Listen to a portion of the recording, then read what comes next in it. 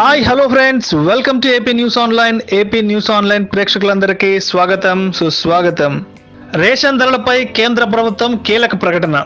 పేదలకు సబ్సిడీ ధరలకు నిత్యావసరాలను సరఫరా చేసే ప్రజా పంపిణీ వ్యవస్థ పీడీఎస్ ఇక ధరలను పెంచబోమంటూ కేంద్రం ప్రకటించింది. ఆహార ధాన్యాల ధరల పెంపు మరో ఏడాది పాటు ఉండదంటూ నరేంద్ర మోడీ చారిత్రాత్మక నిర్ణయం తీసుకున్నారని కేంద్ర ఆహార శాఖ మంత్రి రామ్ విలాస్ పాస్వాన్ ట్వీట్ చేశారు. పీడీఎస్ ద్వారా పంపిణీ చేసే బియ్యం, గోధుమలు, ఇతర తృణధాన్యాల విక్రయ ధరలను 1 సంవత్సరం వరకు పెంచబోమంటూ పాస్వాన్ ట్విట్టర్ ద్వారా వెల్లడించారు.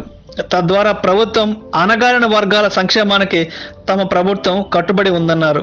2013లో ఆమోదం పొందిన నేషనల్ ఫుడ్ సెక్యూరిటీస్ యాక్ట్ 3 సంవత్సరాలకు ఒకసారి ఆహార ధాన్యాల ధరలను సమీక్షిస్తారు.